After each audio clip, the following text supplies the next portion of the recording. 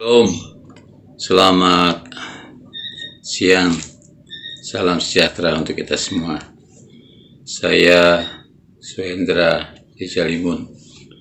Hari ini akan menerangkan betapa pentingnya orang untuk menerima Roh Kudus. Untuk itu, mari kita akan berdoa terlebih dahulu supaya kita boleh mengerti dan memahami firman Tuhan. Mari kita berdoa. Kami bersyukur ya Tuhan atas anugerah kasih-Mu yang Kau limpahkan bagi kami. Hari ini kami kembali mau mendengar firman-Mu. Firman-Lah kepada kami, berikanlah pengertian dan ajar kami untuk melakukannya, sehingga hidup kami boleh menjadi berkat. Terima kasih Bapa dalam surga, terpujilah nama-Mu kekal sampai selama-lamanya. Amin. Bapak, Ibu, saudara-saudaraku yang kekasih, mari sama-sama kita akan membaca firman Tuhan yang terambil dari Kisah Rasul pasal 1 ayat 6 sampai ayat 8. Demikian firman Tuhan. Maka bertanyalah mereka yang berkumpul di situ, Tuhan, maukah Engkau pada masa ini memulihkan kerajaan bagi Israel? Jawabnya, Engkau tidak perlu mengetahui masa dan waktu yang ditetapkan Bapa sendiri menurut kuasanya.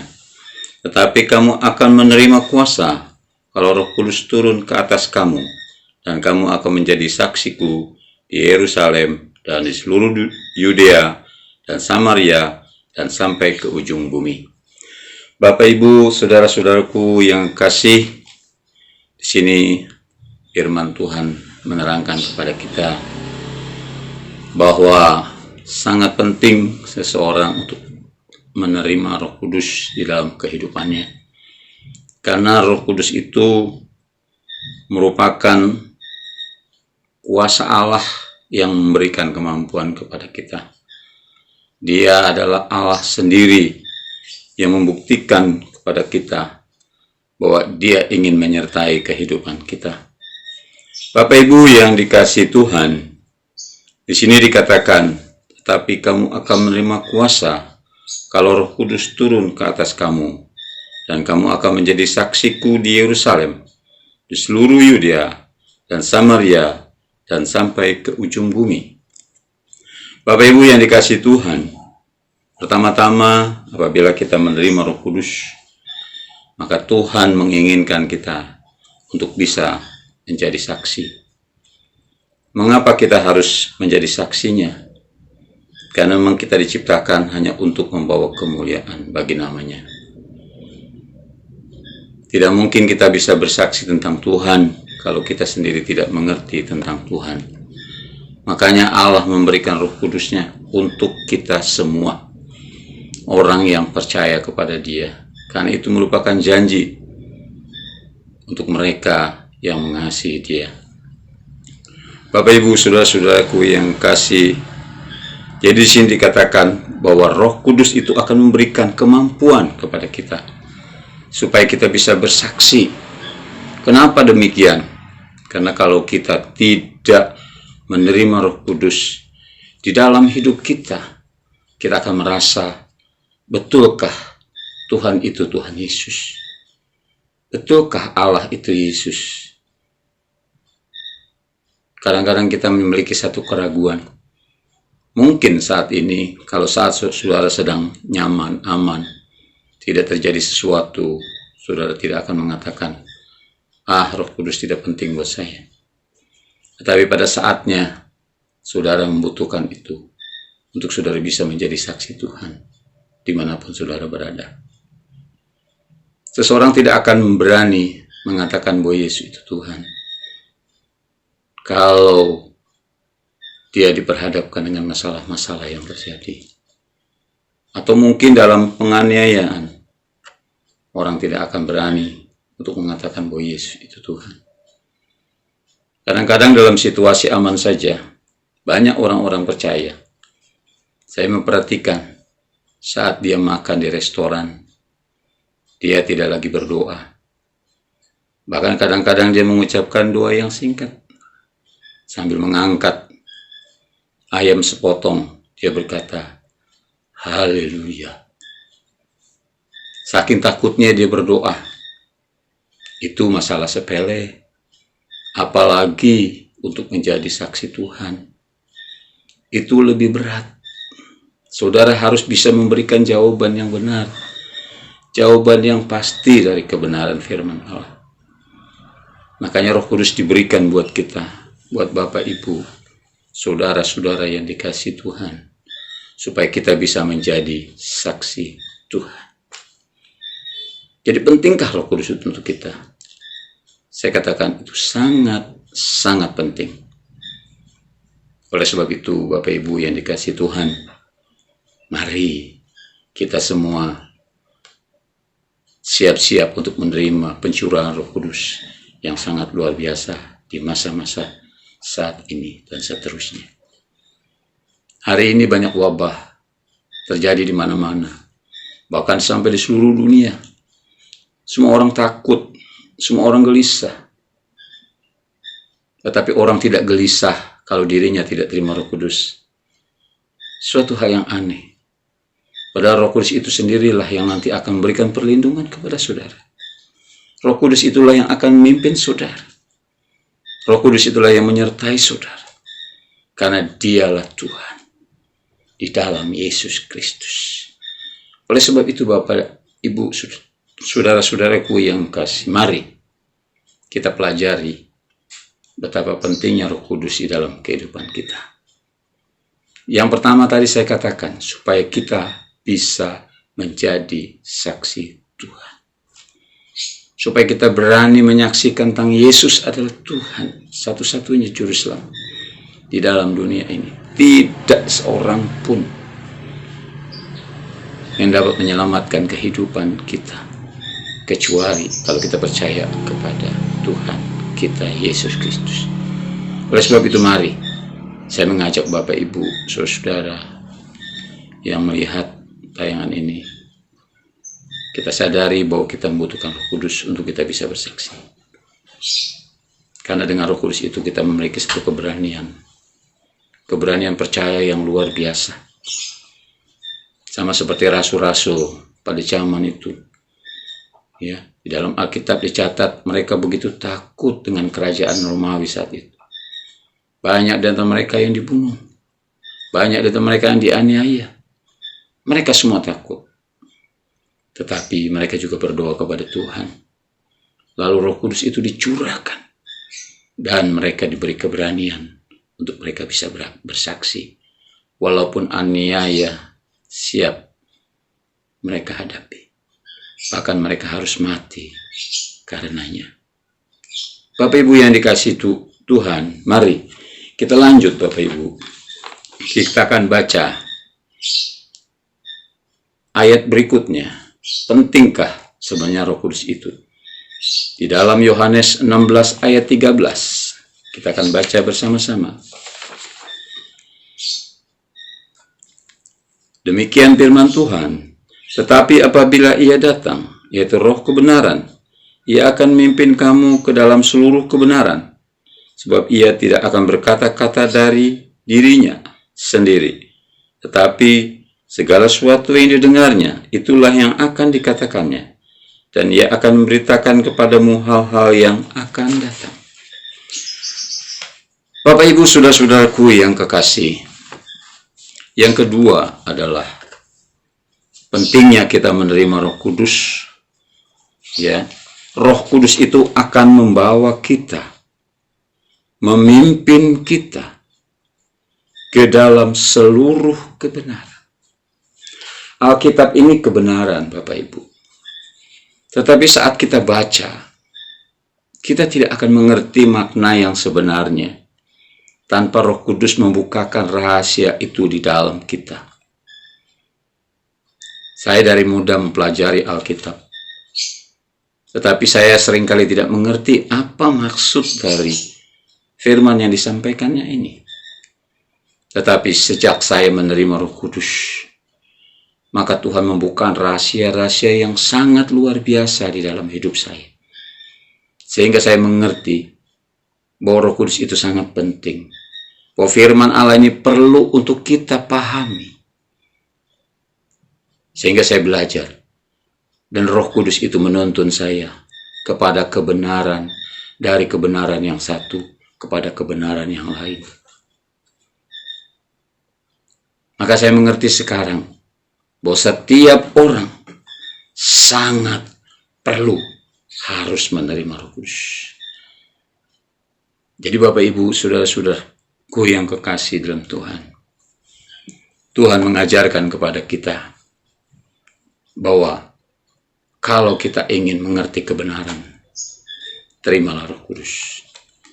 Karena hanya itu yang membawa kita kepada pengertian kebenaran yang sebenarnya. Tuhan Yesus pernah berkata kepada murid-muridnya, tetapi banyak murid-muridnya yang tidak mengerti perkataan Yesus. Kenapa? Tetapi setelah dibukakan, diceritakan perumpamaan-perumpamaan yang dibukakan kepada murid-muridnya, mereka baru paham. Nah, bagaimana sekarang? Kalau kita tidak mengerti kebenaran, bisakah kita bertanya langsung kepada Yesus? Kita tidak melihat Yesus sekarang. Kita tidak bisa bertanya langsung. Paling kita sampaikan dalam doa. Dan itu pun belum tentu kita menerima penjelasannya. Tetapi apabila Bapak Ibu menerima Roh Kudus itu akan menjelaskan kepada kita kebenaran firman Tuhan yang sebenarnya. Karena dikatakan bukan hanya satu kebenaran, tetapi seluruh kebenaran itu akan dibukakan buat kita. Bapak Ibu mau? Saya yakin semua mau. Oleh sebab itu, kita harus menerima Roh Kudus. Hal yang berikut, pentingnya kita menerima Roh Kudus adalah Roma pasal 8. Roma pasal 8.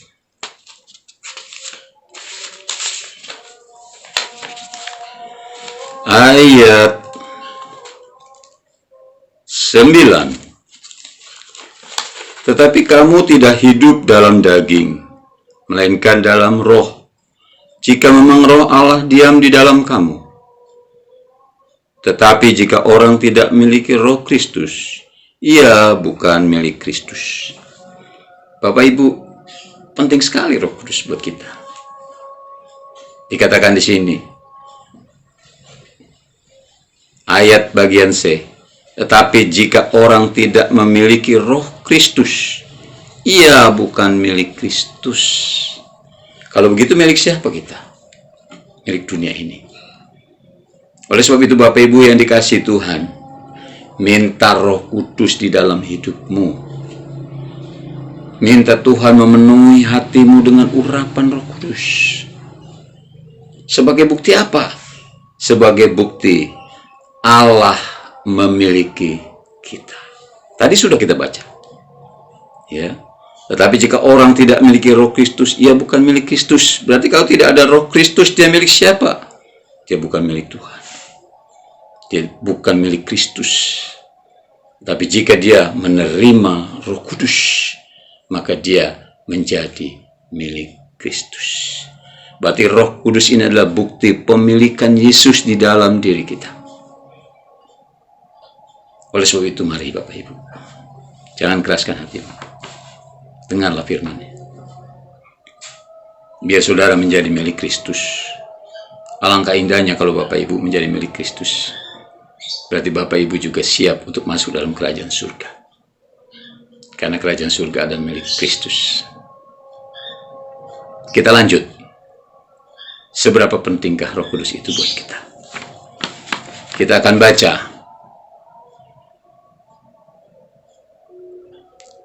masih di dalam Roma pasal 8 ayat 10 dan 11. Tetapi jika Kristus ada di dalam kamu, maka tubuh memang mati karena dosa, tetapi roh adalah kehidupan oleh karena kebenaran. Dan jika roh Dia yang telah membangkitkan Yesus dari antara orang mati diam di dalam kamu, maka Ia yang telah membangkitkan Kristus Yesus dari antara orang mati akan menghidupkan juga tubuhmu yang fana itu oleh rohnya yang diam di dalam kamu. Bapak Ibu, saudara-saudaraku yang dikasihi Tuhan, yang paling ditakuti oleh umat manusia adalah bukannya sakit penyakit, bukannya kesusahan, bukannya turunnya jabatan, bukannya PHK.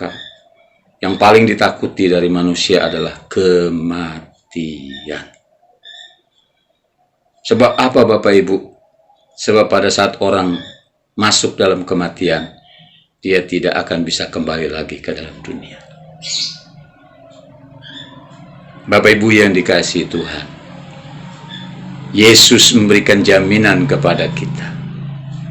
Ada kehidupan setelah kematian. Karena Dia yang punyai kerajaan surga. Dia yang menjamin kehidupan kita pasti masuk dalam kerajaan surga. Tetapi ada syaratnya. Syarat yang paling utama. Dikatakan nanti roh yang membangkitkan Yesus Kristus itu akan membangkitkan kamu, membangkitkan tubuhmu yang fana itu. Suatu saat kita akan mengalami kematian. Karena memang tubuh kita ini fana. Daging kita ini fana. Tetapi kalau kita percaya kepada Tuhan Yesus, kita akan kembali sama. Daging ini kembali ke dalam lebu tanah. Tetapi roh kita dan bersama-sama dengan roh Kristus menjadi milik Kristus. Dan nanti roh itu akan membangkitkan tubuh kita ini. Bukan tubuh yang fana lagi, tetapi tubuh rohani. Tubuh yang sama seperti Yesus, yang tidak lagi kena gravitasi, yaitu tubuh yang mulia. Tetapi kalau saudara tidak memiliki roh Kristus, saudara tidak akan masuk dalam kebangkitan yang pertama. Saudara akan masuk dalam kebangkitan yang kedua, di mana saudara akan dihakimi, diadili, dan masuk ke dalam kematian yang kekal. Tetapi kalau saudara memiliki roh Kristus, maka saudara akan masuk ke dalam kehidupan yang kekal. Karena tubuh kita dibangkitkan. Bukan yang fana lagi. Karena memang kita dari tanah, kita akan kembali ke tanah. Tapi tubuh rohani kita tetap hidup selama-lamanya dalam tubuh yang sempurna, sama seperti Yesus Kristus. Berarti pentingkah Roh Kudus itu? Sangat penting. Oleh sebab itu mari kita baca lebih lanjut.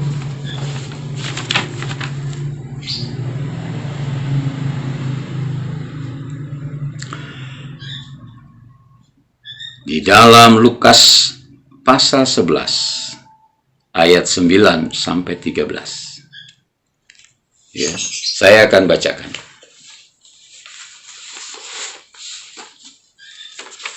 Oleh karena itu, aku berkata kepadamu, mintalah, maka akan diberikan kepadamu. Carilah, maka kamu akan mendapat. Ketuklah, maka pintu akan dibukakan bagimu. Karena setiap orang yang meminta, menerima. Dan setiap orang yang mencari, mendapat. Dan setiap orang yang mengetuk, baginya pintu dibukakan. Bapa manakah di antara kamu, jika anaknya minta ikan daripadanya, akan memberikan ular kepada anaknya itu ganti ikan? Atau jika ia minta telur, akan memberikan kepadanya kalajengking? Jadi jika kamu yang jahat tahu memberi pemberian yang baik kepada anakmu, apalagi Bapamu yang di surga, Ia akan memberikan Roh Kudus kepada mereka yang meminta kepadanya. Bapak Ibu yang dikasihi Tuhan, jadi kalau Bapak Ibu belum terima Roh Kudus, ayat ini jaminannya. Minta, cari, ketuk. Jadi jangan diam saja. Kita harus berusaha untuk mencari. Kita berusaha untuk mengetuk.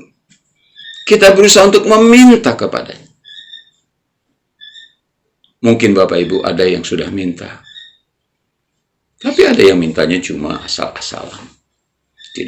Tidak sungguh-sungguh. Coba mintalah dengan sungguh-sungguh. Kakak saya pernah mengajarkan kepada saya, apabila kamu mengetuk pintu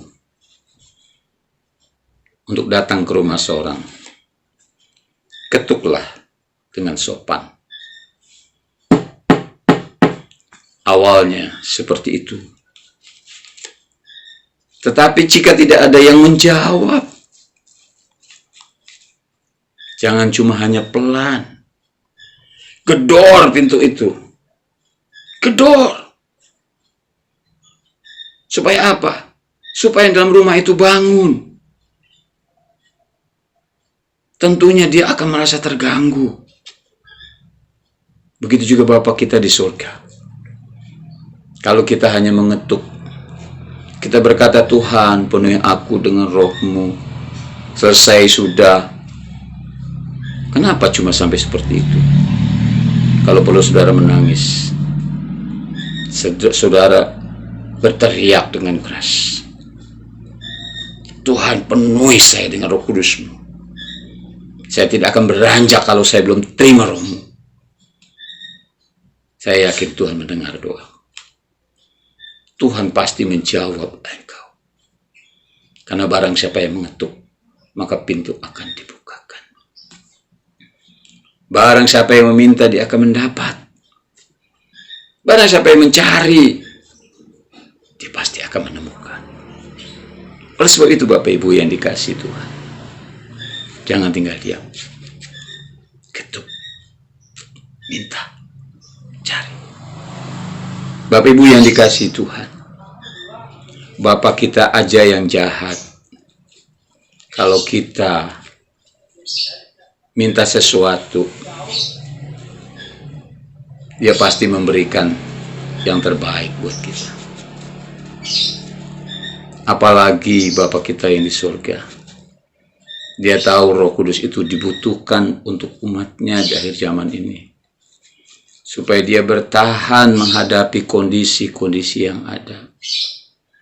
Dia tidak menyimpang dari kebenaran. Dia tidak melakukan kejahatan. Kalau kondisi dunia ini semakin susah, orang cenderung berbuat jahat, cenderung melakukan kejahatan. Dan itu bisa saja termasuk kita semua. Tetapi kalau ada Roh Kudus di dalam diri kita, yang ada adalah kasih, bukan kebencian, bukan kejahatan. Maka tidak mungkin kita melakukan semua yang saya katakan tadi. Karena Roh Kudus itu akan memberikan kekuatan kepada kita. Roh Kudus itu akan mengarahkan hidup kita. Apa yang harus kita lakukan dan perbuat. Oleh sebab itu, jangan berhenti. Bagi Bapak Ibu mungkin yang sudah bertahun-tahun mencari Roh Kudus dan belum menemukan, hari ini berdoa dengan saya. Minta Roh Kudus. Biar Bapak Ibu menerimanya saat ini juga. Mari kita berdoa bersama. Bapa Surgawi, Bapa dalam nama Tuhan Yesus, kami hamba-Mu telah menyampaikan kebenaran firman-Mu. Kami tahu Tuhan firman-Mu iya dan amin. Dan Roh Kudus adalah janji bagi semua orang, bahkan orang yang jauh-jauh. Oleh sebab itu hari ini Tuhan, kami siap untuk menerima Roh Kudus di dalam hidup kami. Penuhilah kami dengan urapan Roh Kudus-Mu Tuhan, supaya kami boleh memahami kebenaran firman, memahami kehendak-Mu Tuhan, memahami kebenaran-Mu yang sesungguhnya. Karena Roh Kudus itulah janji supaya kami dapat mengerti firman-Mu, Oleh sebab itu Bapa Surgawi, urapilah kami, penuhilah kami. Di dalam nama Tuhan kami Yesus Kristus, terjadilah urapan di dalam hidup hari ini sampai selama-lamanya. Amin. Salam, Tuhan Yesus memberkati.